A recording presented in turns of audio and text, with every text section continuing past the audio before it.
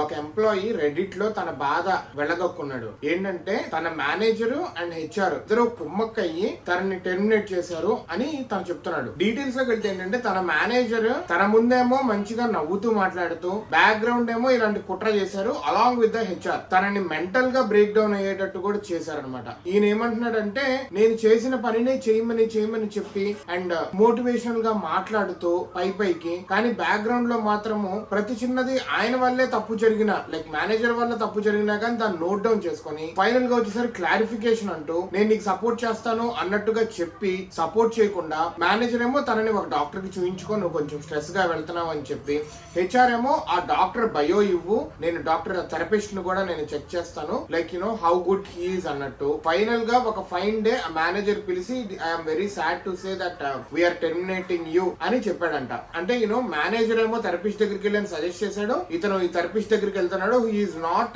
Mentally and emotionally strong enough to do the work. దీని వల్ల work delay అవుతుంది, work లో మిస్టేక్స్ వస్తున్నాయి అని చెప్పి అండ్ ఒక పేపర్ ఏదో ఫైల్ చేయాలంటే దాన్నే మల్టిపుల్ టైమ్స్ ఫైల్ చేయమని చెప్పి ఈ ఎంప్లాయీకి ఇట్ సెల్ఫ్ తన మీద తనకి డౌట్ వచ్చేలాగా తన ఎఫిషియన్సీ మీద తనకు డౌట్ వచ్చేలాగా చేసి ఫైనల్ గా తనని బ్రేక్ డౌన్ అయ్యేలా చేశారు అని చెప్పి తిను రెడిట్ లో పోస్ట్ చేశాడు. నెటిజన్స్ దీనికి డిఫరెంట్ వేస్ లో రియాక్ట్ అవుతూ ఇది కామన్ అయిపోయింది, గ్యాస్ లైటింగ్ అనేది కామన్ అయిపోయింది. మన ముందు ఏం మాట్లాడతారో మన వెనక ఏం చేస్తారు, మేనేజర్ ఏం చేస్తాడో తెలియదు, పక్క కొలీగ్ ఏం చేస్తాడో తెలియదు, హెచ్ఆర్ ఏం చేస్తాడో తెలియదు. తన ఉనికి వచ్చేసరికి మాత్రం తనకి ప్రమోషన్ కావాలి, ఉద్యోగం ఉండాలి, హైక్స్ లోకి వెళ్ళాలి. అదే పక్క వాడికి వచ్చేసరికి ఎలాగైనా తొక్కాలి, కుదిరితే ఉద్యోగం నుంచి పీకేయాలి అన్నట్టే ఉంటున్నారు అని చెప్పి different people have commented in different ways. So ప్రతి ఒక్కళ్ళు సాఫ్ట్వేర్ లో ఉండేటప్పుడు నవ్వే వాళ్ళంతా మంచోళ్ళు కాదు, నార్మల్ గా చూసే వాళ్ళంతా చెడ్డోళ్ళు కాదు. మీ ఇన్స్టింక్ట్ మీరు నమ్మండి, మీ వర్క్ లో మీరు నిజాయితీగా ఉండండి, మీ పెర్ఫార్మెన్స్ లో మీరు ద బెస్ట్ ఇవ్వండి. అలా అని చెప్పి మీకు ఒక కష్టమైన వర్క్ ఉంది మీరు ఇవ్వలేకపోతున్నారు అలానే ఎమోషనల్ గా బ్రేక్ డౌన్ అవ్వకండి. చాలా ఉద్యోగాలు ఉన్నాయి,